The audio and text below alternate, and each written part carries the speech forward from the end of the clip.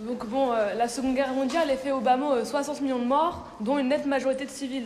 Et ça, c'est presque sur tous les continents de la planète. Elle a innové comme toutes les guerres précédentes, non seulement en créant des nouvelles armes, mais aussi des nouvelles manières de tuer avec les armes existantes, mais surtout, elle a passé un palier dans l'horreur avec l'apparition de la bombe atomique ou des chambres à gaz qui ont tué environ la moitié des juifs d'Europe, environ 6 millions. Et donc bon, pourquoi il y a un tel déchaînement de barbarie? Bon, spoiler alert, c'est pas pour faire triompher le camp du bien, les alliés contre le camp du mal, l'Axe. Et face à l'alliance des fascismes allemands, italiens, japonais, est-ce qu'il fallait quand même, comme Lénine invitait les ouvriers du monde entier lors de la Première Guerre mondiale en 14-18, prôner le défaitisme révolutionnaire? Bon, le défaitisme révolutionnaire, c'est transformer la guerre impérialiste entre les peuples en guerre civile entre les classes opprimées contre leurs oppresseurs. Est-ce que, ce défaitisme révolutionnaire y restait d'actualité quand un des deux camps mettait en œuvre le génocide des Juifs et des Tziganes? Bon, pour répondre à ces questions, on va commencer par déterminer les causes de la guerre, et puis on verra ensuite son déroulement, puis la fin de la guerre, ce qu'elle nous dit de la nature du conflit et des possibilités pour les travailleurs révolutionnaires d'y défendre leurs propres perspectives. Pour expliquer la Seconde Guerre mondiale, on va remonter à quelques années en arrière, en fait jusqu'à la précédente guerre mondiale, la première.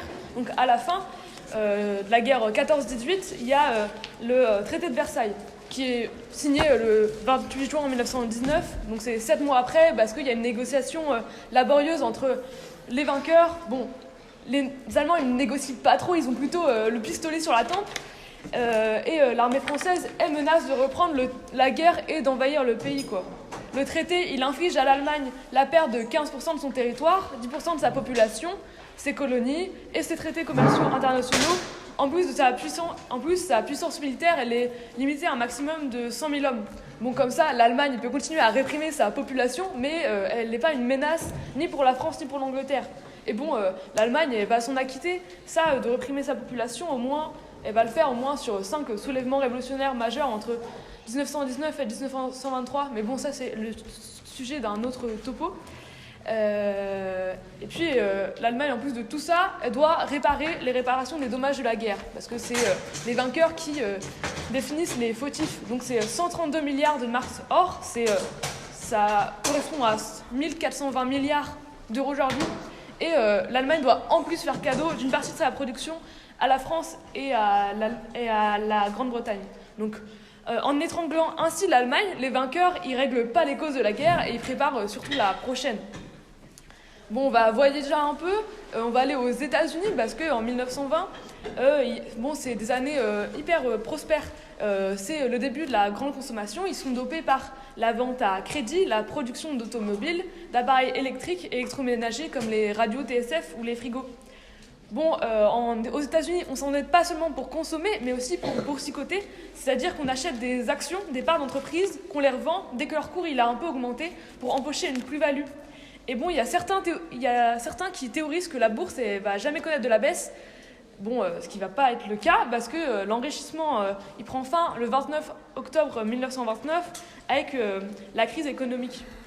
Donc, le jeudi 24 octobre 1929, connu sous le nom de Black Thursday, il y a une baisse brutale des cours qui engendre une panique boursière. Donc il y a tout le monde qui vend ses actions en même temps et personne ne les achète. La valeur des actions elle s'effondre en 5 jours et les banques elles sont menacées de faillite car à ce moment-là c'est un Américain sur 100 qui s'est endetté pour se livrer à la spéculation boursière. Et donc c'est des centaines de milliers d'emprunts qui ne sont pas remboursés. Et les banques, elles augmentent alors toutes leurs taux d'intérêt pour se refaire, pour regagner de la thune. Et les entreprises qui ont besoin de crédit bancaire pour fonctionner, ils doivent reporter leurs investissements. Il y a les secteurs industriels lourds auprès de qui les autres industriels passent les commandes. Ils se retrouvent quasiment à l'arrêt parce qu'ils ne peuvent plus acheter de nouvelles machines et rien, parce qu'ils ne peuvent plus investir, et, ils ne peuvent plus emprunter. Et les banques, elles comprennent que les entreprises qui commandent du coup aux grandes entreprises, de biens de consommation et plus petites, elles ne pourront pas rembourser et elles prêtent à un taux encore plus élevé, ce qui fait qu'il y a seules les entreprises qui sont sans risque qui peuvent emprunter. Donc bon, cette décision-là des banques, elle fait que il y a une contagion de la crise et ça conduit à ce que même les entreprises prospères comme l'agroalimentaire, elles licencient. Donc il y a 4300 établissements qui ferment, la production elle chute de 50%, le nombre de chômeurs qui était de 1,5 million, il passe à 12 millions, c'est un quart de la population qui est au chômage. Bon, de la crise boursière, on est passé à la crise économique et puis à la crise sociale. La crise politique, comme vous vous en doutez, elle va pas tarder non plus. Bon, face à la crise, le président Hoover, il prône un classique laisser-faire libéral qui aggrave la situation. Et une des rares mesures qu'il accepte de prendre, c'est la loi Hailey-Smoot. En gros, ça augmente les tarifs des produits importés des pays étrangers pour favoriser la production nationale. C'est ce qu'on appelle le protectionnisme. Et donc, il y a plus de 1000 économistes qui signent une tribune pour dire que c'est pas une bonne idée. Il y a Ford qui va voir Hoover pour lui dire que c'est vraiment stupide. Mais Hoover le fait quand même et ça aggrave la crise économique. Donc, à ce moment-là, il y a tous les pays qui augmentent aussi leurs taxes sur les importations. Pour comparer aujourd'hui, les droits de douane, ils sont 5 à 6 fois inférieurs à ceux de 1929. Et donc, le fait que les droits de douane ils soient relevés, ça contribue au recul des échanges commerciaux à l'international. Les importations, les importations de 75 pays, elles sont de 3 milliards de dollars en avril 1929, et 4 ans plus tard, elles sont inférieures à 1 milliard. Donc il y a une baisse de 69%, quoi. Bon, ça aggrave la crise, car les produits qu'on ne vend plus à l'étranger, ils ne sont pas absorbés non plus par le marché intérieur de chaque pays. Il y a une crise de surproduction. On va continuer à voyager. Il y a les crises ont une conséquence partout dans le monde et on va prendre l'exemple du Japon. Donc au Japon, dans les années 1930, donc, comme aujourd'hui ça n'a pas trop changé, l'industrie japonaise elle importe la plupart de ses matières premières nécessaires à son fonctionnement, puisque le Japon il n'a pas de minerais ni de pétrole. Il importe aussi beaucoup de denrées alimentaires car il a une faible surface agricole. Et plus que les autres pays, le Japon il doit exporter pour équilibrer sa balance commerciale, afin d'éviter que les importations elles appauvrissent le pays, quoi. Et donc la hausse des barrières douanières est provoquée par le crash boursier fait dégringoler les ventes du Japon. Donc dès 1930-1931, l'industrie minière elle licencie 40% des mineurs. Et les patrons du textile ils baissent de 40% les salaires et le prix du riz il chute et ruine des milliers de paysans. C'est la crise totale. Et pour étouffer la révolte et se procurer des matières premières, la bourgeoisie japonaise combine une politique d'expansion territoriale basée sur un nationalisme débridé aux accents racistes, selon lequel le Japon il est destiné à dominer les peuples de toute l'Asie et supplanter les impérialistes occidentaux. En 1131, le Japon il envahit la Chine du Nord sans que les impérialistes occidentaux s'en occupent, parce qu'ils ont colonisé les territoires et tout, mais bon, ça les intéresse pas trop. Enfin, ils n'ont pas trop d'intérêt à bouger, et c'est ce que dit le responsable américain des affaires étrangères d'Extrême-Orient, qui explique en 1933 que dans cette affaire, les États-Unis ils n'ont pas grand-chose à perdre. Peut-être nos idéaux concernant la paix mondiale risqueraient d'être égratinés, mais du point de vue de nos intérêts matériels, il n'y a rien de vital pour nous. Parce qu'en fait, à ce moment-là, les États-Unis commercent beaucoup plus avec le Japon qu'avec la Chine, donc ils ne veulent pas se froisser, quoi. Donc le crash boursier, il a des conséquences au Japon, mais aussi en Allemagne où elles sont beaucoup plus directes. L'économie, elle vient de se relever d'une crise majeure. La France, comme j'ai dit au début, avec le traité de Versailles, étrangle littéralement l'Allemagne. Le gouvernement allemand, il essaye un peu de résister au début, et ce dernier, le pays connaît alors une dévaluation de sa monnaie, et ce qui mène à l'année 1923, le pays au bord du chaos économique. Et donc à ce moment-là, les ouvriers ils sont payés le vendredi soir avec des brouettes de billets, et puis la valeur de la brouette de billets elle est divisée par 2 le lendemain matin, quoi, le samedi. Et donc en 1923 il y a une insurrection communiste qui manque d'éclater en octobre, puis c'est au tour d'Hitler à Munich de tenter un putsch raté. À ce moment-là, les États-Unis, ils n'aiment pas trop les révolutions et ils décident d'intervenir pour stabiliser l'économie allemande et ramener le calme social. Ils obligent la France à renégocier la baisse de leurs réparations et ils investissent des capitaux. Donc ça, c'est le plan Dawes, où ils investissent 5 milliards de dollars de l'époque, donc c'est 95 milliards aujourd'hui, en Allemagne. Et donc ça permet à l'Allemagne de se reconstruire, qui devient en 1926 le premier producteur de charbon et d'acier. En 1929, l'Allemagne elle est même capable de produire l'équivalent de la consommation mondiale d'acier. Mais en fait, 1929, c'est aussi l'année du crash boursier. Et donc, en plus de la panique boursière, des faillites bancaires aux États-Unis, en plus, il y a la panique boursière et les faillites bancaires aux États-Unis, ça oblige les financiers américains qui sont en Allemagne de rentrer et de reprendre leurs investissements placés dans l'économie allemande pour se faire rembourser hyper vite. Et donc, il y a beaucoup de thunes qui sortent de l'Allemagne, quoi. Et donc, le gouvernement du chancelier Heinrich Brüning, pour faire face à la situation, il déclare la guerre sociale à la classe ouvrière.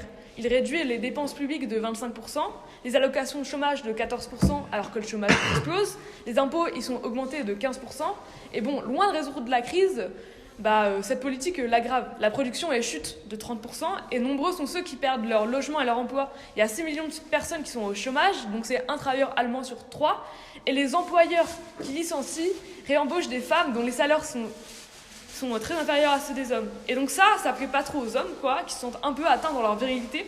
Et donc il y a une partie d'entre eux qui sont dragués par les nazis qui promettent de renvoyer les femmes dans leur cuisine. Et donc, c'est à ce moment-là que la crise économique devient politique. Le parti communiste, il obtient en 1930 1 million de voix de plus qu'à l'élection précédente. Le parti nazi, il passe de son côté de 2,6% à 18,3%. Donc on passe de 800 000 voix à 600 millions. Et donc, le gouvernement, il n'a pas de majorité au Parlement, il gouverne par décret. Bon, toute ressemblance avec la France a peut-être... et donc, c'est peut-être pas une coïncidence, quoi. Donc, face à la menace de la classe ouvrière et de ses grèves, la haute bourgeoisie, elle fait le choix d'un parti autoritaire qui ne laissera pas les travailleurs prendre le pouvoir. Donc, c'est avec l'appui des industriels et des banquiers qui financent massivement le parti d'Hitler. Donc, ce financement, il fait que Hitler, il arrive au pouvoir en 1933. Il arrive au poste de chancelier. Et donc, pour se maintenir au pouvoir, les nazis doivent au moins donner l'impression qu'ils prennent un peu la crise économique au sérieux. Et qu'ils vont tenter de l'arrêter. Donc, ils mettent en place une solution radicale, la préparation consciente de la prochaine guerre impérialiste. Donc, il y a l'industrie de l'acier et des constructions. L'industrie de l'acier et les constructions mécaniques n'a plus de clients, et l'État va commander des tanks et des avions. Avec quel argent payer ? En empruntant aux banques qui acceptent parce que l'État il offre une garantie en or massif. Bon, un État ordinaire ça fait jamais faillite, et en plus l'État totalitaire nazi il impose rapidement sa poigne à toute la société. Bien sûr, tout le montage financier pour financer cette guerre, c'est un peu acrobatique. D'ailleurs, le ministre de l'économie, Schartz, il fait placer un flic dans chaque banque pour surveiller tous les mouvements de capitaux et interdire toute opération qui pourrait spéculer sur la fragilité des emprunts de l'État. Et donc, les capitalistes, en 2024, ils pourraient sans être outrés et dire que c'est une atteinte intolérable à la liberté d'entreprendre. Mais en 1933... dans cette année-là, la haute bourgeoisie l'accepte parce que ça permet de sauver la classe capitaliste, quoi. Donc les nazis, ils doivent quand même prendre quelques précautions parce qu'il y a toujours le traité de Versailles et le réarmement de l'Allemagne, c'est une violation indiscutable. Et donc dans un premier temps, le réarmement, il se passe de manière hyper discrète, il n'y a pas d'informations échangées à l'oral, et par exemple les chars armés de canons de 75 et de 37 mm, ils sont renommés tracteurs ou grands tracteurs. Mais dès 1935, des mesures plus voyantes sont prises, comme la réintroduction du service militaire, et puis sous peu, l'Allemagne va organiser des parades militaires pour montrer au monde entier ses tanks et ses avions tout neufs, et aussi aux Allemands.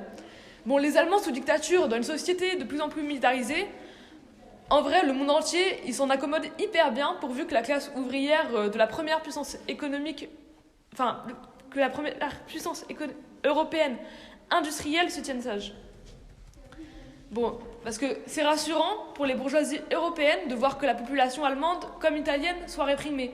Car au même moment, il y a des mouvements de grève en 1936, il y a la grève générale en France, et il y a surtout la révolution en Espagne. où il y a aussi une guerre civile. Bon, il y a un topo sur la révolution espagnole, le franquisme et tout, du coup je vais pas le refaire, mais pour expliquer hyper rapidement, en 1936, en Espagne, il y a le général Franco qui déclenche un putsch contre le gouvernement de gauche réformiste, le Frente Popular, et il y a seule la réaction des ouvriers des grandes villes qui prennent aussitôt les casernes d'assaut pour désarmer les soldats et constituer leur propre milice, empêche les fascistes de renverser le gouvernement et d'établir une dictature fasciste avec la bénédiction de l'Église et le fric des bourgeois. Mais en fait, dans le camp d'en face, tout le monde veut pas de la révolution ouvrière et que les milices propagent partout la révolution. Bon, dans le camp des Républicains, il y a les dirigeants anarchistes qui rallient le gouvernement du Frente Popular et de concert avec les staliniens, ils s'efforcent d'étouffer la révolution. Ils prennent ainsi les armes aux travailleurs sous prétexte de mieux combattre Franco. Bon, c'est à ce moment-là que les milices populaires, elles doivent se fondre dans l'armée républicaine. Staline et sa bureaucratie, ils ne souhaitent pas non plus que la révolution prenne en Espagne et influence le reste du monde. Elle pourrait d'abord provoquer un retour en URSS d'une nouvelle révolution qui pourrait destituer la caste bureaucratique. Et puis, aussi, le Frente Populaire, il a beau enrayer la révolution, il n'obtient pas trop d'armes, peut-être quelques envois symboliques du gouvernement du Front Populaire français, qui pourtant sont frères. Et puis, quant à l'Angleterre, sans le dire, elle roule pour Franco parce qu'elle a cet intérêt en Espagne. Et bon, les Anglais et les Français, ils prônent une hypocrite intervention une hypocrite non-intervention plutôt, qui prétend priver les nazis et les fascistes italiens du prétexte d'intervenir. Bon, Hitler et Mussolini, ils se préoccupent pas d'aussi peu de détails, quoi. Et la guerre d'Espagne, c'est pour eux une occasion rêvée de tester leur matériel militaire et leurs troupes dans des conditions réelles de combat. Donc la vague révolutionnaire qui déferle en France et en Espagne et dans quelques autres pays autour de 1936, elle aurait pu stopper la marche à la guerre entre les peuples. Mais pour ça, il aurait fallu déclencher une révolution mondiale. Et la défaite de l'Espagne rouge, elle démoralise les travailleurs et les travailleuses d'Europe. Et bon, à ce moment-là, les bourgeoisies d'Europe qui veulent la guerre, elles ont maintenant les mains libres pour déclencher la boucherie. Donc en Asie, la Seconde Guerre mondiale, elle commence dès 1937 avec l'invasion de la Chine continentale. Avant, il y a la prise du pouvoir par la faction la plus réactionnaire de l'armée. C'est un camp ultranationaliste qui est partisan déclaré du totalitarisme.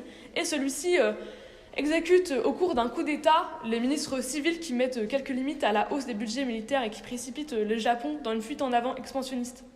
Bon, du coup, le Japon, à ce moment-là, il cherche des appuis.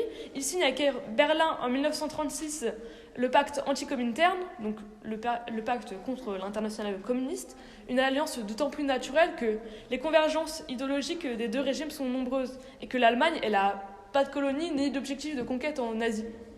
L'armée japonaise, elle frappe fort en Chine. La capitale chinoise Nankin, elle est prise le 13 décembre et pendant plusieurs semaines, les troupes japonaises, elles commettent des dizaines de milliers de viols et massacrent entre 200 000 et 300 000 Chinois, civils ou prisonniers de guerre. Mais à cette date-là, le conflit aux États-Unis, il n'est pas encore inéluctable. Il peut être encore arrêté. Et les chefs militaires japonais, ils hésitent. Au printemps 1939, les partisans de l'option Nord, c'est-à-dire ceux qui pensent pour mener la guerre en URSS, en 1939, du coup, il y a des gens qui sont partisans pour faire la guerre en URSS et des gens qui sont partisans pour faire la guerre contre les Occidentaux qui ont colonisé l'Asie du Sud-Est. Et donc, en URSS, ils testent leur défense. Et la riposte soviétique, elle est plutôt rigoureuse. Et puis, il y a le pacte Hitler-Staline, qui est synonyme un peu de neutralité allemande. Donc, le Japon, il est un peu sur des œufs, quoi. Enfin, il marche un peu sur des œufs à ce moment-là. Et donc, après, quelle neutralité allemande parce qu'en 1941, ils vont quand même envahir l'URSS, mais du coup, à ce moment-là, ils décident plutôt de tester l'option sud, parce que les victoires... Attendez. Oui, du coup, à ce moment-là, au lieu d'aller attaquer l'URSS, ils vont attaquer plutôt l'Asie du Sud-Est, où il y a les colonies occidentales, pour récupérer tout un tas de matières premières et avoir tout un tas de territoires en plus. Et en plus, à ce moment-là, les puissances européennes, britanniques et françaises, elles sont pas hyper au point. Il y a la guerre en Europe. et elles ont un peu d'autres choses à faire. Et en plus, les États-Unis, elles empêchent le Japon d'accéder à tout un tas de matières premières vitales. Donc, ils ont la nécessité, l'impérialisme japonais, il a la nécessité de trouver des matières premières dans l'Asie du Sud-Est. Je ne sais pas si c'était clair. Donc en Europe, à partir de 1936, le réarmement allemand il prend une dimension territoriale. Hitler il envoie en mars des troupes se réinstaller dans les casernes de Rhénanie, qui selon le traité de Versailles devaient être démilitarisées. Et donc aucune troupe, normalement, ne doit faire des manœuvres à 50 km autour de la frontière de la France.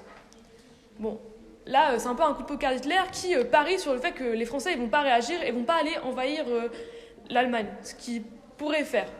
Et ils le font pas. Et en fait, pourquoi ? Parce que envahir l'Allemagne en 1936, c'est bien ou risquer de souder la population derrière les nazis contre leur ennemi héréditaire français, et donc à ce moment-là, c'est ou risquer ça ou provoquer une destitution des nazis au pouvoir. Et en fait, provoquer une destitution des nazis au pouvoir, ça veut dire qu'il n'y a personne au pouvoir après, et qui pourrait alors protéger la bourgeoisie d'Europe d'un soulèvement du prolétariat allemand.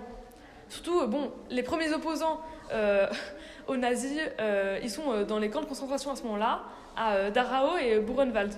Et donc, ils ne veulent pas faire des socialistes et des communistes allemands dans les camps de concentration, les héros qui pourraient libérer l'Allemagne et prendre le pouvoir. En fait, c'est un risque, quoi.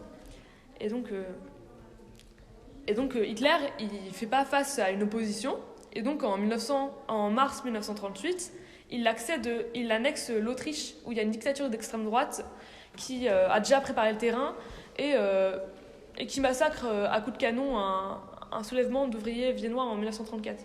Et donc chaque pas en avant vers la guerre, il renforce le prestige de l'Axe, de l'Allemagne et d'Hitler. Et donc en 1938, il accélère, il réclame le rattachement de l'Allemagne au Sudète, donc c'est la partie germanophone de la Tchécoslovaquie. Et la Tchécoslovaquie, elle appelle son allié la France à l'aide, mais la guerre elle se profile pour de bon à l'horizon, et les Français et les Anglais, ils sacrifient les Tchécoslovaques. Et ça, c'est pendant la conférence de Munich en septembre 1936. En 1938, il y a les premiers ministres Daladier Chamberlain qui négocient avec Hitler et Mussolini l'annexion des Sudètes pour acheter la paix. Bon, pas très longtemps. Parce que dès mars 1939, il y a Hitler qui envahit le reste de la Tchéquie et qui laisse la Slovaquie faire sécession et se ranger du côté du gouvernement pro-nazi. Bon, en URSS, Staline, il est un peu inquiet, quoi, parce que Hitler, il continue à avancer vers lui. Et il a proposé une alliance avec la France et la Grande-Bretagne, mais celle-ci, elle ne se concrétise pas. Et il se doute que la Grande-Bretagne et la France, ils seraient hyper contents, en vrai, si l'Allemagne décide d'envahir l'URSS. Parce que ça permettrait de détruire la puissance, qui est le soutien de tous les partis communistes du monde entier, et d'y réintroduire le capitalisme. Donc Staline décide donc de lui-même de changer de fusil d'épaule et charge Molotov, pour pas salir les mains lui-même, de négocier dans le plus grand secret le fameux pacte de non-agression avec l'Allemagne nazie. Donc ce faisant, il trahit les militants communistes du monde entier, à commencer par ceux d'Allemagne qui sont partis dans des camps de concentration. Et une URSS qui est encore communiste et révolutionnaire, elle aurait pu mener une autre politique, elle aurait pu chercher à s'appuyer sur les luttes des travailleurs du monde entier, mais la bureaucratie stalinienne, elle a fait tout le contraire, elle a désarmé la classe ouvrière du monde entier, et elle a bloqué tout le schéma qui menait vers la révolution. Et il y a un détail un peu révélateur, c'est que le pacte, il inclut dans ses clauses secrètes un échange entre les prisonniers de guerre allemands et soviétiques. En Europe, la Seconde Guerre mondiale elle commence du coup en 1939 avec l'invasion de la Pologne par l'Allemagne. À ce moment-là, la Pologne c'est l'allié de la France et la Grande-Bretagne et la France, ils n'ont pas d'autre choix que de déclarer la guerre à l'Allemagne. Mais en fait, ils la font pas. Et à ce moment-là, en plus, l'Allemagne est censée être en position de faiblesse parce qu'elle a deux fronts, le front Est et Ouest. Mais au front Est, ils ont signé un pacte de non-agression avec Staline, et au front Ouest, Il y a pas trop... Enfin, la Grande-Bretagne et la France se bougent pas tellement, quoi. En fait, j'essaye de passer un peu vite parce que... Bon, du coup, l'Allemagne, ils arrivent... Enfin, ils conquièrent tout un tas de pays jusqu'à arriver jusqu'à la France. Et alors que, bon, à ce moment-là, la France, elle est quand même en supériorité... Enfin, elle était en supériorité numérique. Mais ils se laissent quand même surprendre en mai 1940. L'armée française, elle est écrasée en 5 semaines et la Wehrmacht, du coup, elle gagne une réputation d'invincibilité. Et Hitler, il est hyper populaire. Donc, bon, le régime de Vichy, il devient le bouc émissaire de l'Allemagne nazie. Et, non, le régime de Vichy, il devient l'allié il se soumet à l'Allemagne nazie. Et il cherche des boucs émissaires, la classe ouvrière. Et les grévistes de 1936, que bon, c'est un peu à cause d'eux s'ils n'ont pas réussi à gagner la guerre parce qu'ils ont fait la grève et les semaines de 40 heures, ça a quand même affaibli la France. Bon, ça, c'est un mensonge. Le vrai truc, c'est que c'est l'armée française, c'est, au plus haut, qui a pas lancé d'attaque en fait contre l'Allemagne et qui a pas cru, qui a pas voulu mener la guerre.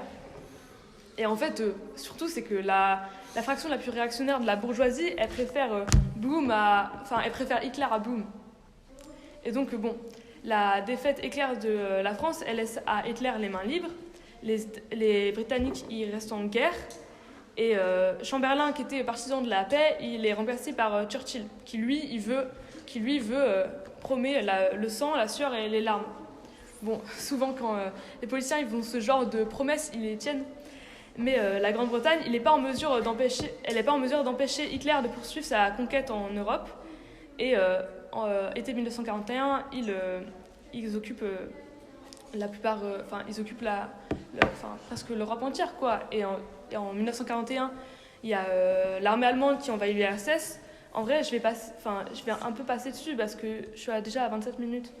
On pourra revenir dans la discussion. Et après, le 7 décembre, il y a 1941, les Japonais, ils attaquent par surprise ils attaquent par surprise Pearl Harbor à Hawaï. Et du coup, dans les mois qui suivent, ils s'emparent de tous les territoires colonisés en Asie du Sud-Est.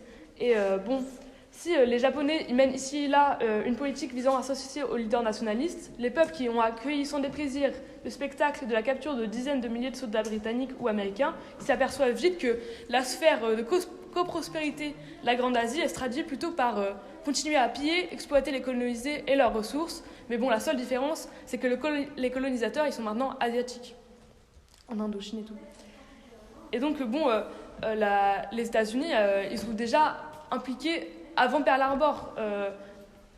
Ils sont l'arsenal des démocraties. Ils fournissent beaucoup de matériel aux Anglais et aux Soviétiques après l'invasion allemande. Bon, après, l'entrée en guerre des États-Unis, c'est quand même un coup de fouet dans la Seconde Guerre mondiale. Et en fait, l'entrée en guerre, elle est précédée avant d'une augmentation de la production militaire des États-Unis qui fait que le chômage disparaît totalement. Et donc tout l'appareil productif du pays, il est mené pour faire la guerre. Et en fait, les capitalistes, ils sont empêchés de faire tout un tas de trucs, mais ça les dérange pas. Parce que l'État américain, il redresse l'économie états-unienne par ces mesures. Et donc, j'essaie de passer vite. Les Alliés, et donc, du coup, il y a une grosse production aux États-Unis, il y a une grosse production militaire aussi en URSS, et c'est surtout ça qui va faire que les Alliés vont remporter la bataille. C'est parce qu'ils ont été capables de produire plus vite et en quantité à 3 ou 4 fois supérieure des armes que les Japonais ou les Allemands. Et donc, certes, en 1942, l'Axe menace d'occuper l'Australie, de prendre le canal de Suez et les champs de pétrole du Caucase aux Anglais. Mais 1942, c'est l'année où il y a un changement dans la bascule et il y a 3 batailles stratégiques qui sont disputées. Donc, celle de Midway en plein océan Pacifique, où la flotte américaine elle inflige une défaite majeure au Japon. Il y a à l'Allemagne en Égypte, donc il y a les Anglais qui repoussent les Allemands et qui engagent la conquête de l'Afrique du Nord. Et ça, c'est les préludes de l'invasion de l'Europe de l'Ouest. Et enfin, à Stalingrad, on pourra en discuter, l'armée rouge elle brise pour de bon les défenses de l'armée allemande. Donc, du coup, pour faire une conclusion partielle, au même moment où le sort des armes se retourne en faveur des Alliés, l'extermination des Juifs et des Tziganes bat son plein. Toutes les semaines, il y a des trains qui déversent par dizaines de milliers des êtres humains dans des véritables usines de la mort. En moins de 2 heures, un convoi est envoyé dans des chambres à gaz, puis réduit en cendres dans des fours crématoires. Mais tous ces trains et les voies ferrées qu'ils occupent sont autant de moyens de transport qui manquaient pour approvisionner le front de l'Est. En fait, ils utilisent plein de trains pour tuer des gens, mais alors qu'ils en manquent en fait pour juste déplacer des troupes, quoi. Et ça, pour quelques-uns, c'est un peu irrationnel, mais en fait, c'est surtout que la politique génocidaire des nazis, elle est hyper importante pour mobiliser en fait la population et la préparer à la guerre, parce que ça la conditionne à lui faire accepter la tête baissée les pires horreurs.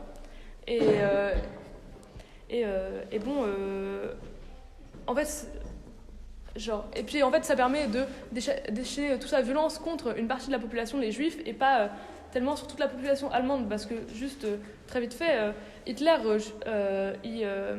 il a hyper peur de réveiller les soulèvements des Allemands. Du coup, il n'y a pas de ration. En fait, les Allemands ils sont pas rationnés jusqu'à la fin de la guerre, parce qu'il a peur qu'il y ait de nouveau des privations qui réveilleraient les souvenirs des anciennes famines et tout, et du coup qui se révoltent de nouveau. Ce que je veux dire, c'est que en fait les juifs, avoir un tel déferlement de violence sur les juifs, ça permet aussi que la mobilisation elle est un truc pour lequel s'attaquer, quoi, qu'il soit pas l'État. Et voilà. Et donc la guerre elle a pas aboli la politique, bien au contraire. Et on va voir ça maintenant avec la deuxième partie. Merci à toi, Ali. Pour prendre la suite, donc effectivement, comme la camarade a expliqué, on a la Seconde Guerre mondiale est un processus complexe avec plusieurs dynamiques. C'est-à-dire que on pourrait même dire qu'il y en a 5. Il y a même des historiens qui parlaient de 5 guerres en même temps. Il y a le conflit interimpérialiste, avec tous les fronts qu'on vient de décrire. La guerre du Japon pour coloniser la Chine.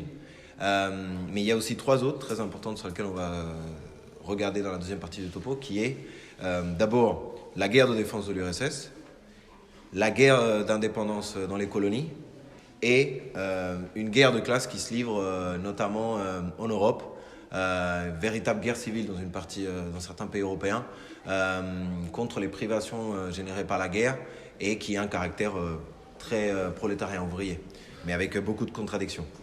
Je vais commencer par parler donc sur ce qui se passe dans les colonies, qui est très important. La situation pendant la Seconde Guerre mondiale, elle accentue ce qui était déjà la situation dure des colonies avant la Seconde Guerre mondiale, c'est-à-dire une surexploitation énorme, du travail forcé, des salaires misérables. On prend par exemple en Guinée, le salaire qui était journalier à l'époque était entre 1,5 à 2 francs par jour. Et on avait un taux de mortalité dans les chantiers qui était énorme. Pendant la Seconde Guerre mondiale, cette réalité elle s'intensifie parce que l'entreprise de l'armement a besoin de caoutchouc, d'acier, d'essence, etc., tout un tas de produits, tout un tas de matériaux qui sont pris et récupérés dans les colonies. Par exemple, le chemin de fer Congo-Océan, qui est utilisé pour transporter le caoutchouc, est en fait un cimetière au quotidien. Les ouvriers morts décèdent d'épuisement, de maladies et une répression qui est féroce. Le travail forcé est institutionnalisé, c'est-à-dire que les États coloniaux localement,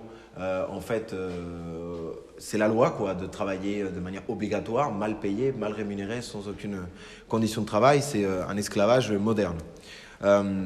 Par contre, la guerre, de manière contradictoire, affaiblit aussi les relais coloniaux des États impérialistes dans ces colonies.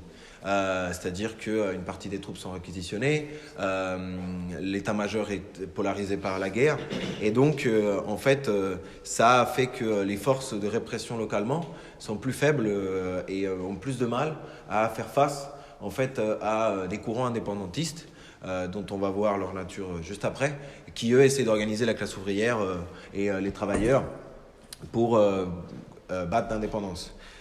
Pour obtenir l'indépendance, pardon. Et aussi, de manière assez contradictoire, le discours des Alliés, qui, au niveau mondial, diffusent une propagande comme étant du camp de la démocratie contre le fascisme et l'obscurantisme nazi, italien et japonais, en faisant une très forte, une très dure, une très intense propagande au cinéma, journaux, etc., pour favoriser la guerre, collecter des dons et populariser. Ce discours-là, qui est totalement hypocrite, de liberté, d'égalité, en réalité, il est accueilli dans les colonies comme un truc totalement hypocrite. En se disant, mais en fait, ils prétendent défendre le peuple européen, ils se revendiquent de ça, mais ici, on nous traite comme comme des esclaves. Et en réalité, cette situation-là, donc de durcissement de la situation sociale, d'affaiblissement des puissances impérialistes dans les colonies et de discours démagogiques contradictoires de ces mêmes puissances, elle génère une très forte agitation sociale dans les colonies, dans les zones sous-développées pendant la Deuxième Guerre mondiale, qui devient une bombe à retardement avec une accélération et l'émergence de toute une génération de cadres, d'organisations qui étaient de deux types, soit des organisations nationalistes petites bourgeoises, donc qui étaient des organisations en réalité avec un objectif capitaliste, mais anti-impérialiste dans le sens où elles revendiquaient un État national indépendant des impérialismes français, britanniques, hollandais ou japonais qui s'imposaient à eux à l'époque. Et aussi d'autres organisations qui se revendiquaient communistes, mais qui étaient clairement sous l'aile de la ligne de l'URSS, qui à l'époque était une ligne d'alliance avec la bourgeoisie. Ces luttes, important de souligner que c'est essentiellement en Asie et en Afrique. Ce phénomène-là n'a pas existé en Amérique latine au même moment. Donc, la plupart de la Deuxième Guerre mondiale est une période surtout de renforcement des courants indépendantistes, des mouvements indépendantistes. Certains États obtiennent leur indépendance, la plupart d'entre eux vont le faire après la Deuxième Guerre mondiale, mais la Seconde Guerre mondiale est un moment où émerge en fait toute une génération de cadres et une politisation de masse autour de ces revendications. Et c'est important de souligner que c'est des revendications sociales qui se mélangent avec le sentiment avec la revendication d'indépendance. C'est-à-dire que le colon, la force occupante, est identifié, assimilé comme la responsable de la misère sociale qui s'impose sur place. Donc, pour citer quelques exemples, par exemple l'exemple de l'Indochine, qui était le nom que l'État français donnait au Vietnam, qui était le terme que revendiquaient les indépendantistes et qui s'est imposé par la suite, était occupé par le Japon, en fait, pendant la Seconde Guerre mondiale. Mais au moment des bombardements de Hiroshima et Nagasaki et des défaites dans le Pacifique, l'armée japonaise est totalement désarticulée, désorganisée. Et Ho Chi Minh voit une opportunité en 1945 avec les Viet Minh en août 1945 d'organiser une insurrection et de prendre le pouvoir, une véritable insurrection populaire. En septembre 1945, il déclare l'indépendance. Important de noter qu'à l'époque, le Ho Chi Minh de 1945 était un fervent allié des États-Unis, y compris l'ambassadeur américain venait aux réunions du Viet Minh, avait participé à la proclamation de l'indépendance et avait fourni les armes au Viet Cong, qui n'était absolument pas communiste à l'époque. Même s'ils avaient effectivement des formations marxistes, parce que Ho Chi Minh lui-même avait milité dans le PS français, etc., etc. À l'époque, c'était pas du tout de tout ça. En 1946, les Français, en novembre 1946, bombardent le port de Haiphong et lancent une guerre pour récupérer cette colonie qui, en 1954, finit avec la défaite à Dien Bien Phu. Il y a des images assez sympas si un jour vous voulez vous amuser. Qui après va être guerre qui va être reprise après par les États-Unis, qui eux aussi vont subir une défaite. En Inde, où là c'est une colonie britannique, la situation est extrêmement violente. Les Britanniques ont une gestion de cette colonie qui honnêtement n'a rien à envier, y compris les camps de concentration. C'est des massacres, une répression extrêmement violente, des conditions horribles. Pour vous dire, en 1943, à Bengale, il y a une famine qui entraîne la mort d'entre 3 à 5 millions de pauvres Indiens. Cette situation horrible après la guerre, elle génère en fait des mobilisations très fortes, des grèves, notamment l'année 1945 avec la mutinerie des marins de la marine locale et qui est composée d'Indiens en fait, qui avaient été engagés dans l'armée. Et en 1947, la bourgeoisie britannique est contrainte de céder l'indépendance, avec par ailleurs une répartition violente entre l'Inde et le Pakistan. Ça, c'est une autre histoire. Comme j'expliquais, pour ne pas faire la liste de tous les exemples, j'en ai pris quelques-uns pour sortir un peu de ce qu'on peut connaître les plus. Voilà, ce qui est important de noter, c'est qu'en fait, cette période d'agitation très forte, et comme je disais juste avant, génère, c'est ce qui popularise le moment où se popularisent les revendications d'indépendance. On note par exemple le 8 mai 1945, qui n'est pas que la date de la victoire des Alliés, mais aussi la date d'une très violente répression en Algérie, où il y a une des premières manifestations les plus massives en faveur de l'indépendance de l'Algérie, conflit qui après va durer plusieurs années par la suite, et qui est extrêmement réprimé par les forces militaires françaises. Au Cameroun, en 1940, il y a un mouvement très très fort, au Madagascar, etc., etc., et dans tout un tas de colonies d'Afrique et d'Asie. Ce mouvement d'indépendance est juste. En réalité, les révolutionnaires l'ont soutenu, avaient raison de le soutenir, parce qu'on est favorable au droit de l'autodétermination. Par contre, sa direction, dans quasi la totalité de ces pays, était absolument pas révolutionnaire et totalement, en fait, limitée par l'impasse de soit un nationalisme local qui avait un projet de capitalisme national, ce qui était toujours un progrès par rapport au colonialisme et à la domination impérialiste, mais qui de fait, on l'a vu après la grande vague d'indépendance, n'a pas mis fin au système impérialiste et à la domination économique des grandes puissances. Les États-Unis, par exemple, à l'époque, avaient un discours très favorable à l'indépendance des colonies. Parce que les États-Unis, leur objectif, c'est une des raisons pour lesquelles ils sont intervenus dans la guerre tard, mais à un bon moment, pour eux, c'était de récupérer la gestion économique de ces colonies. Sauf que ça voulait dire se confronter militairement aux États impérialistes. Et donc, la manière qu'ils avaient, c'était de renforcer les courants politiques localement en soutenant le projet de colonie et en leur proposant, par contre, un accord économique qui les mettait sous domination de leur réel impérialiste. Chose que les États-Unis vont réussir à faire après la Deuxième Guerre mondiale avec l'affaiblissement du Royaume-Uni, de la France, etc., etc. Ça, c'est un phénomène très important, qui est important pour comprendre, y compris ce qui se passe pendant la Seconde Guerre mondiale, du côté de notre classe, en réalité, parce que c'est les combats du prolétariat, de la paysannerie, des colonies. En Europe, le phénomène est aussi extrêmement intéressant, et sur ça, on va s'attarder. Il y a en fait en Europe, dans certains pays, et en réalité dans tout le continent, là où la guerre et les souffrances de la guerre s'imposent, des véritables guerres civiles en fait, qui se font en parallèle avec le conflit interimpérialiste. En fait, la guerre devient pour le prolétariat européen de tous les pays accentue la situation sociale d'une manière extrêmement violente. Il y a de la faim, il y a de la pénurie, il y a le rationnement, il y a la famine réelle,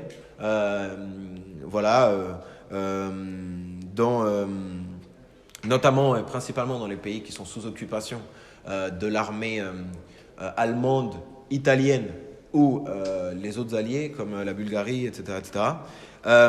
Il y a une surexploitation énorme parce que l'économie de guerre bat son plein, on bosse 12 heures par jour dans des conditions horribles, il y a énormément d'accidents de travail, c'est d'une violence atroce. Il y a du travail forcé, notamment dans les territoires occupés par les Allemands et les Italiens, où en fait les STO, le service de travail obligatoire, où les Allemands soit contraignent la population locale à travailler à des rythmes soutenus de manière forcée, soit déportent en fait des jeunes travailleurs en Allemagne pour bosser dans les usines allemandes à des cadences infernales. Il y a des exécutions de masse, c'est-à-dire que le moindre prétexte et des viols aussi. Le moindre prétexte est en fait un motif pour pouvoir se retrouver devant le mur d'exécution. Le moindre soupçon de subversion ou quoi que ce soit, c'est massacre total.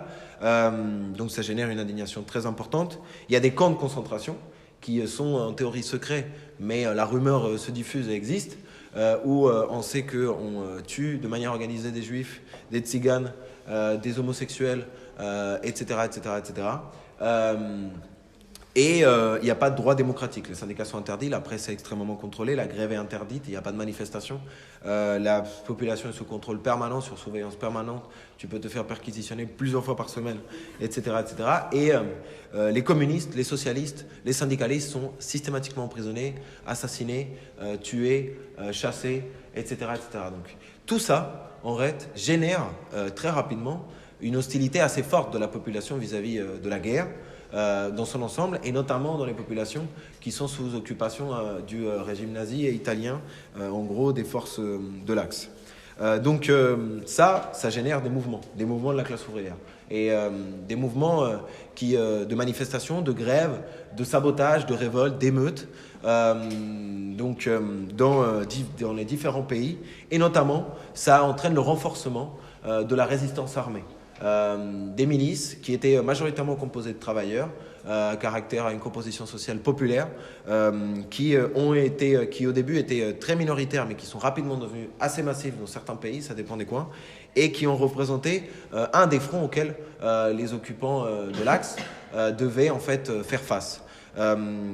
Et bien sûr, résistance armée qui a été essentiellement organisée par les partis communistes sous l'influence stalinienne de l'URSS, et ou parfois par des forces bourgeoises ou d'extrême droite. Je reviendrai juste après sur l'orientation qui était donnée par ces partis communistes, qui était une orientation clairement chauvine, qui était une orientation pour battre l'adversaire allemand et défendre l'URSS, mais avec un discours, ce qui en soi n'est pas erroné de vouloir faire ça, mais avec un discours en fait extrêmement chauvin, absolument pas internationaliste, et en réalité de collaboration de classe, parce que en vantant avec une alliance pas juste tactique, c'est-à-dire on tire sur le même ennemi, mais réellement politique, programmatique avec la bourgeoisie. Et ça on reviendra juste après. Un exemple pour vous donner l'Italie. L'Italie est absolument saignée par la guerre. C'est pas une industrie forte comme l'Allemagne qu'a décrite Elie. C'est un pays beaucoup moins développé industriellement. Elle est extrêmement épuisée par la guerre, et surtout elle connaît beaucoup de défaites militaires assez rapidement. Parce que ils font des incursions en Afrique où ils perdent. Ils participent aussi au front Est avec les Allemands où ils perdent. Et en fait, Mussolini est extrêmement affaibli. Et le 5 mars 1943, une grève éclate à l'usine Fiat d'automobile dans le nord d'Italie, à Turin. Cette grève, elle se transforme en grève générale très rapidement. À Milan, elle s'étend à Milan et à Gênes. Et au bout de quelques jours, il y a près de 300 000 ouvriers qui sont en grève indéfinie, qui sont dans la rue, qui s'attaquent aux forces de répression. Et c'est une situation très instable. Le point de départ de la guerre, c'est la faim, l'incapacité à pouvoir répondre à l'inflation et la demande d'augmenter les salaires.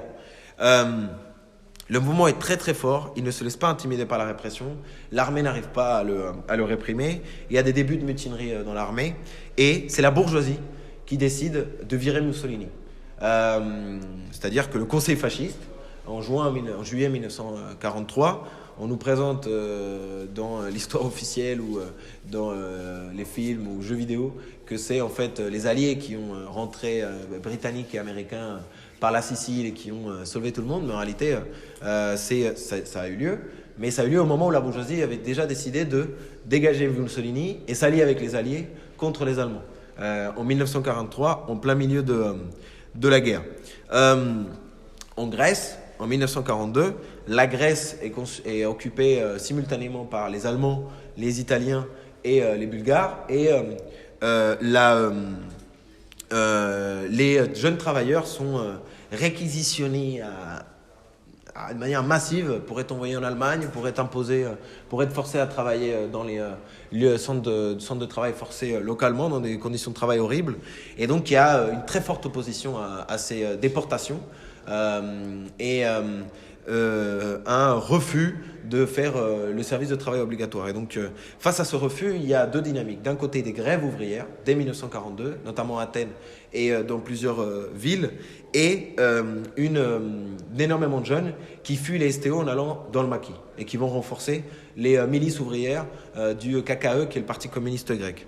En 1942, les résistants, ils sont quelques centaines, les résistants armés, ils sont quelques centaines, mais en 1944, il passe à, on estime, entre 50 000 à 70 000 travailleurs jeunes armés sous la direction du KKE et d'un front armé que le KKE avait constitué avec des nationalistes bourgeois. C'est important de souligner qu'en Grèce, c'est ces forces, ces milices-là qui chassent les occupants. Ce n'est pas l'URSS et ce n'est pas en fait les forces alliées. C'est ces milices-là qui organisent une véritable guerre et arrivent à virer l'occupant à un moment où il était en train de subir des défaites militaires en 1944. Je reviendrai plus tard sur ce que ça donne après. En Yougoslavie, qui est là où en fait la résistance armée a été la plus massive et la plus poussée, la dynamique est encore plus forte. La Yougoslavie, comme la Grèce, est encore plus soumise à en fait les réquisitions et le travail forcé, avec en plus une politique, parce que c'est un pays qui est divisé par des conflits nationaux très importants locaux, une politique en fait où on extermine, il y a presque une volonté d'exterminer certaines communautés et où il y a des massacres assez importants. Donc la jeunesse très rapidement est contrainte de faire le choix entre mourir ou, c'est pas juste tu peux accepter d'être surexploité, c'est soit mourir, soit te battre. Et donc les milices là-bas passent de 5000 participants d'après les sources du Parti communiste yougoslave, organisé autour du Parti communiste yougoslave, du maréchal Tito, à 1 demi-million en 1945. Et pareil en Yougoslavie, c'est en fait les milices ouvrières qui virent aussi les occupants nazis. C'est absolument pas en fait les alliés ni les forces de l'URSS. C'est important de comprendre d'ailleurs qu'au moment où l'URSS décide d'imposer le pacte, les accords de Yalta à la Yougoslavie et à la Grèce, qui leur demandent en fait de renoncer à la révolution, et alors que c'est des partis qui en fait en théorie leur base envisagent un jour le communisme pour de vrai, même si leur direction a un peu oublié cet objectif. En fait, quand l'URSS veut leur imposer les accords de Yalta, en leur demandant d'accepter d'être sous la tutelle de telle ou telle puissance impérialiste, en fait, ces pays-là qui se sont battus eux-mêmes contre l'occupant nazi, en fait, ces partis communistes, en Grèce, une minorité et en Yougoslavie, une majorité, s'opposent à ces accords-là. Il ne faut pas se faire d'illusions, ça reste des organisations extrêmement bureaucratisées et qui après, notamment en Yougoslavie, on le voit, reproduisent exactement les mêmes travers que l'URSS, mais s'opposent en fait à ces accords de Yalta. Et en Yougoslavie, ça donne la création de la République populaire en Yougoslavie. Mais en Grèce, ça ne va pas être le cas, mais ça va générer une guerre civile où des fractions du KKE s'opposent à ça et essayent de constituer aussi une république dite populaire sur place. Donc une extension de l'URSS. C'est important donc d'indiquer ça, c'est-à-dire qu'il y a en Europe une véritable, il y a des mobilisations ouvrières de masse qui prennent la forme de grèves, comme j'ai dit avant, parfois de mouvements massifs, et aussi qui prennent la forme de un soutien, une sympathie à la résistance contre les occupants ou une participation pleine et entière et un engagement assez massif dans certains pays. Dans d'autres pays, c'est resté beaucoup très minoritaire jusqu'à le moment de libération. C'est le cas par exemple de la France, mais ça a quand même une réalité de plusieurs dizaines de milliers de participants et participantes. Avec l'élément qui est très important à souligner, qui est celui de la politique totalement dégueulasse de ces partis communistes. Parce que Staline, comme on l'a décrit très bien juste avant, en fait, ne souhaite pas de révolution. Staline, il est absolument préoccupé par une alliance avec la bourgeoisie avec l'impérialisme. Et son but, c'est la survie de l'URSS. Et donc, il pousse à une politique d'alliance totale. En 1943, il dissout l'internationale communiste, en pleine guerre mondiale, alors que Lénine, il avait tiré comme bilan de la Première Guerre mondiale que les guerres devaient être une occasion en fait, pour les transformer en révolution. Et Staline décide de dissoudre l'outil que Lénine avait fondé justement pour transformer ces guerres en révolution. Pas Lénine tout seul, le militant de la génération de Lénine avait fondé. Il donne comme orientation au Parti communiste d'adopter un discours très patriote, c'est-à-dire de s'aligner totalement sur les nationalistes bourgeois. Donc ils prennent un discours très chauvin. Le Parti communiste, section française de l'internationale communiste, devient le Parti communiste français, vu qu'il n'y a plus d'international. Et cette même évolution dans les intitulés se fait dans plusieurs pays. Et le discours est très chauvin. En France, on n'oublie pas le fameux mot d'ordre du Parti communiste français, qui était mot pour mot, à chacun son boche. Ce qui en fait La question, c'est pas de nier la légitimité d'une résistance armée face à des risques de déportation, d'exécution, de répression et à une situation d'occupation militaire. Mais ça ne veut pas impliquer que tu diffuses un discours qui est un discours de l'extrême droite, qui est un discours chauvin, et que tu renonces à l'internationalisme, comme l'ont clairement fait l'ensemble des sections de l'internationale communiste sous ordre de Staline. En Italie et en France, les partis communistes, au moment de la libération, des libérations, en fait, fondent des coalitions gouvernementales avec la bourgeoisie. En France, c'était De Gaulle. En défendant des politiciens qui avaient collaboré par le passé, en refusant de les faire condamner pour leurs faits, en négociant le désarmement des milices ouvrières qui, important de le souligner par exemple en France au moment de la libération, en fait il n'y a plus d'État, il n'y a pas d'armée française, De Gaulle a comme tâche de la reconstituer, et en fait c'est les seules forces armées sur place qui se partagent avec les occupants américains qui arrivent pour libérer la France et qui préparent l'offensive vers l'Allemagne, et avec les quelques forces autour de Gaulle. En fait, c'est les FTP et les FTP-MOI, les francs-tireurs partisans, qui en fait constituent entre 30 000 et 70 000 miliciens armés et qui en réalité constitue une force qui aurait pu être une forme de milice ouvrière, mais qui n'est pas le cas dû à la politique qu'on explique juste avant. Important de souligner quand même qu'il y a eu aussi une très forte répression contre les courants trotskistes ou assimilés à des trotskistes pendant la Seconde Guerre mondiale.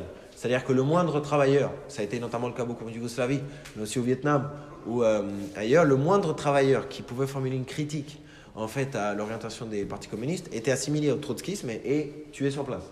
Et on a aussi quelques expériences de trotskistes qui ont participé à la résistance et qui ont été trahis par leurs propres camarades, en l'occurrence des dirigeants locaux des partis communistes. Je ne développe pas plus là-dessus. On explose notre temps, mais j'essaie de faire des conclusions. Voilà. Important de souligner, mais je ne développerai pas là-dessus, que, comme je disais, il y avait 5 dynamiques, entre guillemets, 5 guerres en même temps. Et la 5e, que là j'ai moins évoquée, c'est la défense de l'URSS. L'URSS, on ne la met pas au même plan que les autres États impérialistes. Pour une raison simple, c'est qu'elle est née d'une révolution ouvrière, une authentique révolution ouvrière. Une révolution ouvrière qui a connu une contre-révolution. Révolution ouvrière donc où le stalinisme a totalement écrasé la direction de cette révolution-là de 1917 et qui dès 1924 a engagé la constitution d'une direction au parti bolchevique totalement bureaucrate, absolument hostile à l'auto-organisation des travailleurs, absolument hostile à l'extension de la révolution, et qui avait comme unique objectif de maintenir le status quo et leurs privilèges. Ça voulait dire s'opposer à toute forme de révolution, écraser toute forme d'auto-organisation, d'émancipation en Union soviétique, et maintenir le status quo, avec aucune volonté d'extension, et donc la politique d'alliance avec les bourgeoisies impérialistes, et tous les trucs dégueulasses qu'on a vu aussi à un moment donné avec les nazis.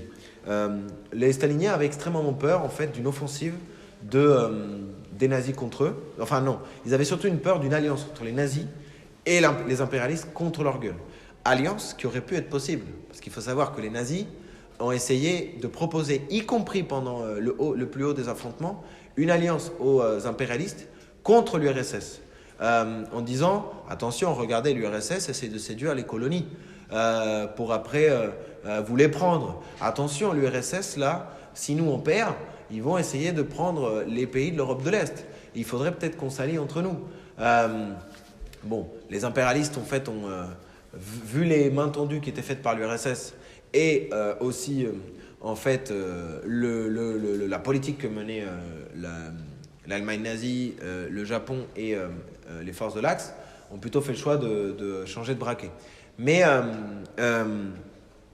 cette politique pourquoi j'évoque défense de l'URSS? Parce qu'en fait, l'objectif de l'Allemagne, clairement, d'Hitler, c'est de mettre fin à l'URSS, de les défoncer. Y compris, ils ont toute une théorisation d'opprimer. Leur objectif, c'est d'opprimer les peuples slaves, en fait, et russophones.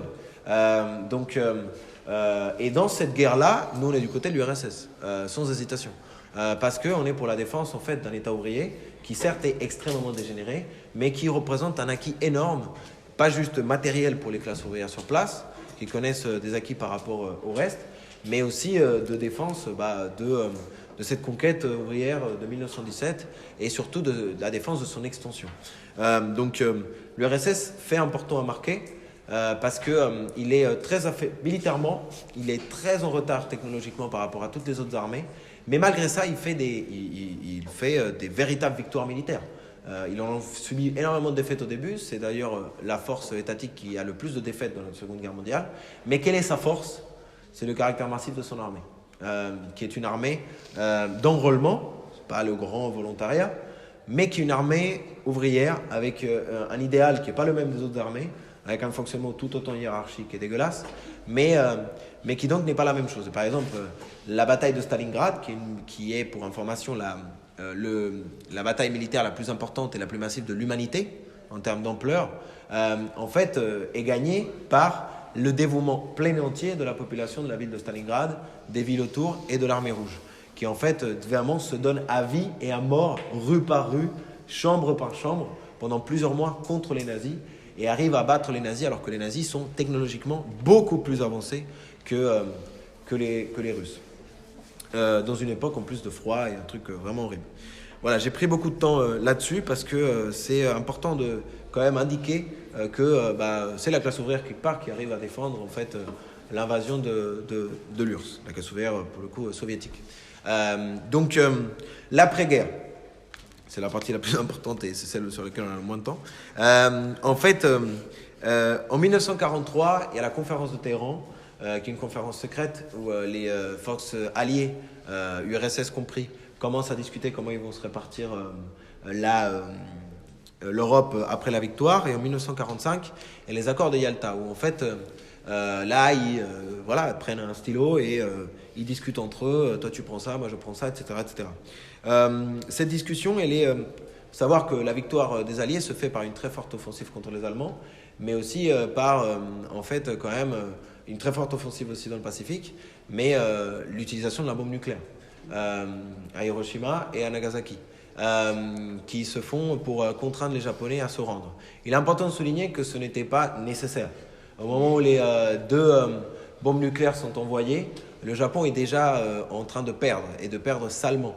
C'est vrai que le Japon était connu comme l'armée qui ne se rend jamais. Les soldats japonais étaient entraînés à se suicider ou à se exploser eux-mêmes si jamais ils étaient pris de manière captive, et c'est vrai qu'ils le faisaient. Mais en fait, l'armée japonaise,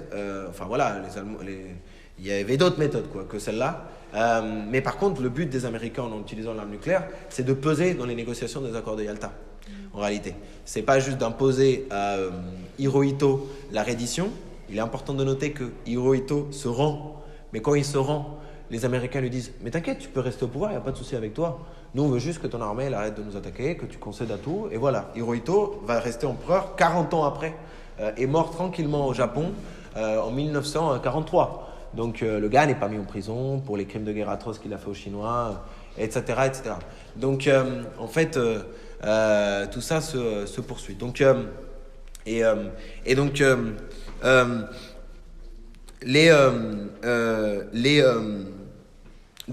accords de Yalta et la répartition de l'après-guerre, elle se fait sur deux logiques. La première, bien sûr, les pépettes, garantir le plus de thunes, de richesses, etc., etc., etc. Et la deuxième, qui est la plus importante, c'est de s'assurer qu'il n'y ait pas de révolte ouvrière massive à l'issue de la Deuxième Guerre mondiale, qu'il n'y ait pas une remise en cause de l'ordre capitaliste à l'issue de la Deuxième Guerre mondiale. Parce que les forces alliées voient très bien ce qui se passe. Ils voient qu'il y a eu une agitation massive dans les colonies, dans certains pays européens. Ils voient qu'il y a des bataillons d'ouvriers armés qui sont une véritable menace, qui sont parfois qui ont un soutien massif dans la population. Et donc, ils sont très inquiets par ça. Mais leurs potes de l'URSS les rassurent. Pour la politique que j'ai décrite juste avant, et Staline, il garantit avec toutes les concessions que en fait ils vont pas chercher à étendre le projet de l'URSS plus que les territoires qu'eux ils veulent revendiquer, et qu'ils vont tout faire pour dans les pays impérialistes calmer l'agitation politique et sociale. Et d'ailleurs, la dissolution de l'internationale communiste est une des conditions qui est posée en fait par les Alliés pour pouvoir garantir cela. Et Staline le fait sans aucune hésitation. Donc les partis communistes en fait, dans les pays en France, en Italie, etc., renoncent à leur discours internationaliste, contribuent à des gouvernements de coalition. C'est important de noter que c'est pas l'accord, c'est on désarme, on abandonne cette politique, on désarme, enfin qui n'a jamais vraiment existé, mais surtout on désarme les milices, on participe à la coalition, mais en échange, il faut des concessions pour la classe ouvrière pour le justifier. Et c'est vrai qu'il y a des concessions importantes dans certains pays qui sont faites, que nous on n'appelle pas des victoires, mais plutôt des trahisons. Mais il y a des concessions importantes dans plusieurs pays, mais qui ne coûtent pas si cher que ça à la bourgeoisie, parce que le marché d'après-guerre est une mine d'or. Tu as tout à reconstruire, tout à refaire, tout à revendre. Il n'y a pas meilleur marché pour les bourgeois que la guerre. Et donc, il y a des concessions de reconstruction massives. Et donc, les patrons, ils disent ce qu'on va concéder en réalité, on va le gagner très rapidement avec la reconstruction de la guerre, etc. Les nouveaux marchés dans certaines régions, notamment les territoires perdus par le Japon, que les Allemands ont pu nous reprendre, etc. etc. Et puis aussi en Allemagne, en Italie, etc. Donc, très vite, il y a deux blocs. La négociation aboutit à deux blocs.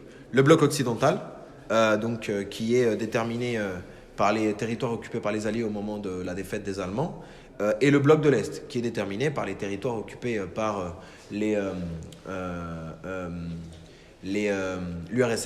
l'armée soviétique, après la défaite des Allemands.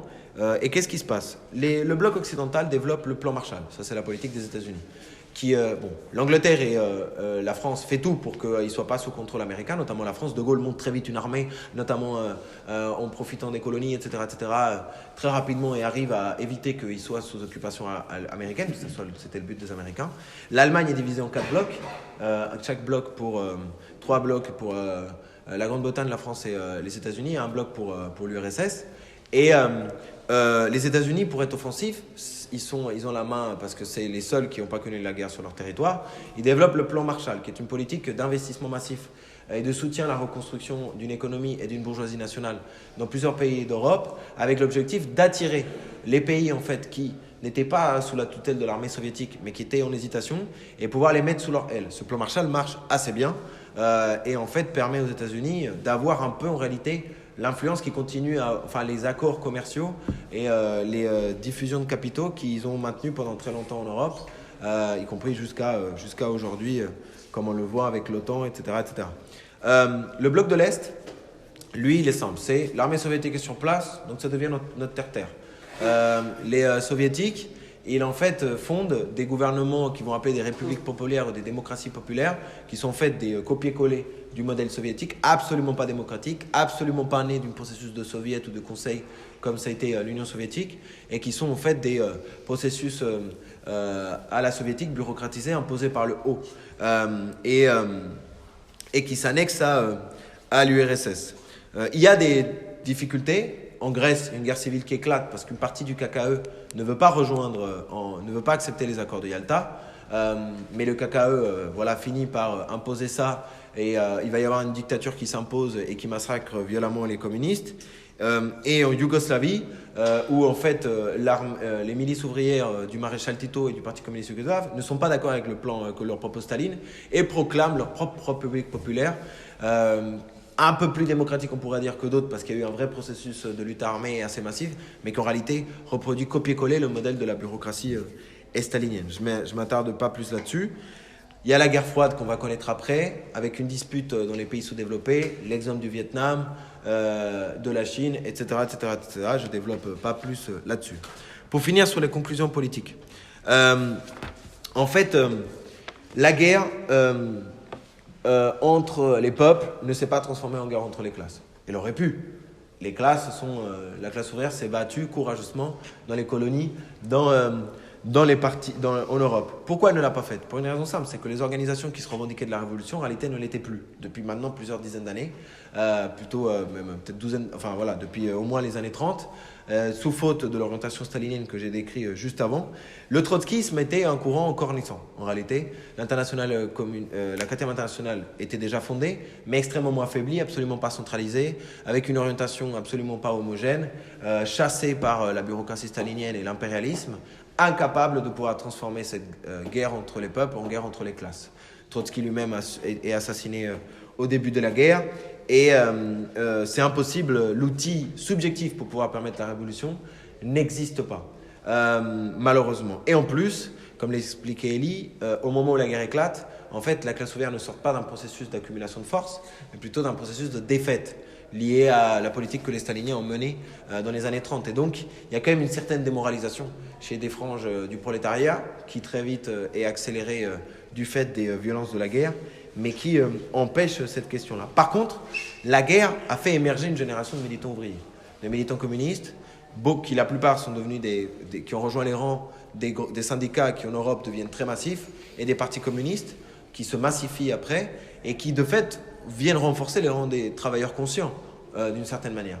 Mais malheureusement sous tutelle d'une direction totalement bureaucratisée, mais aussi une génération de trotskistes en réalité. Parce que l'après-guerre, l'après-deuxième guerre mondiale, voit naître en Europe quand même l'extension, le développement partiel, qui sont restés minoritaires, mais quand même, de certains courants trotskistes assez importants. Mais dans les pays sous-développés, on a vu, en Amérique latine, en Asie notamment, la naissance de courants trotskistes qui peuvent gagner de la force, en Bolivie par exemple, en Argentine, aux États-Unis un peu, à moindre mesure, au Sri Lanka, où il y a en fait une organisation trotskiste qui arrive à diriger des syndicats, à devenir massive. Voilà, je ne vais pas développer là-dessus, mais c'est pour que vous ayez envie de développer de votre côté. Il y a beaucoup d'écrits autour de ça. Sur la conclusion, pourquoi on fait ce topo ? Oui, désolé. Pourquoi on fait ce topo ? C'est pas pour dire, voilà, ça c'est la Seconde Guerre mondiale, les potos, préparez-vous, ça arrive demain. Donc, à la fin de ce WEF, tout le monde sait quoi faire. Donc, non, on ne considère pas qu'elle est au coin de la rue. Par contre, le capitalisme, c'est la guerre. Le capitalisme nous mène systématiquement vers des conflits de cette ampleur-là, par la logique qui est celle des bourgeois de tout le temps chercher plus de profit et qui ne se limite pas juste à nous exploiter les travailleurs jour et nuit, mais aussi à aller faire des incursions militaires, des confrontations militaires, y compris avec leurs alliés d'hier qui peuvent devenir les ennemis de demain. Et ça, c'est quelque chose dont aucune génération n'y échappe. Et que nous devons avoir en tête, et les conflits qui existent aujourd'hui en Ukraine, en Palestine, au Moyen-Orient, on ne dit pas que c'est l'année prochaine qu'ils vont devenir des conflits interimpérialistes ou l'année d'après, mais malheureusement, à un moment donné, peuvent aller vers ces formes d'extension. Par contre, nous les révolutionnaires, nous n'avons pas peur des crises. Nous n'avons pas peur en fait des situations de crise sociale, des situations de crise politique, guerrière, parce que malheureusement elles existent. Nous n'avons pas d'autre choix que nous y préparer notre génération, préparer les travailleurs, préparer la jeunesse, par la construction d'organisations révolutionnaires qui soient capables de jouer un rôle et transformer ces crises-là en soubresauts révolutionnaires, en soulèvements révolutionnaires, comme c'était le cas pendant la Première Guerre mondiale. Et la bourgeoisie le sait très bien. C'est pour ça que depuis très longtemps, elle s'est appuyée sur les courants staliniens, sur les partis communistes staliniens, elle s'est appuyée sur la répression, et essaye, et va continuer à essayer, à affaiblir les courants d'extrême gauche révolutionnaires qui veulent transformer en fait cette barbarie en politisation. Et d'ailleurs, fait intéressant, la Seconde Guerre mondiale, c'est pas que la barbarie, c'est aussi la politisation massive de millions et millions de travailleurs partout dans le monde, indépendamment de leur pays, de leur nationalité, de leur religion, de leur langue, qui en fait se sont dotés les armes pour faire face à cette barbarie et qui ont obtenu des victoires assez héroïques, même si ça n'a pas permis de renverser le système capitaliste. Nous ne sommes pas des pacifistes, c'est-à-dire que nous sommes pour le renversement de ce monde par tous les moyens. Donc, le seul moyen de pouvoir le faire, c'est dès aujourd'hui de prendre conscience de la réalité de ce système, de vers où il peut nous mener, et pas juste sur le terrain de la guerre, mais aussi de la crise climatique, de la violence sociale, de la misère sociale, et nous y préparer. Et on considère qu'aujourd'hui, ce qu'on essaie de faire avec la construction du NPR révolutionnaire, c'est à notre échelle contribuer à la construction d'une organisation révolutionnaire en France et dans le monde et en Europe, pour pouvoir se préparer aux situations de crise dont on pourra pas déterminer précisément comment elles seront, mais dont on sait qu'elles pourront arriver et on devra s'y préparer. Voilà, merci à vous.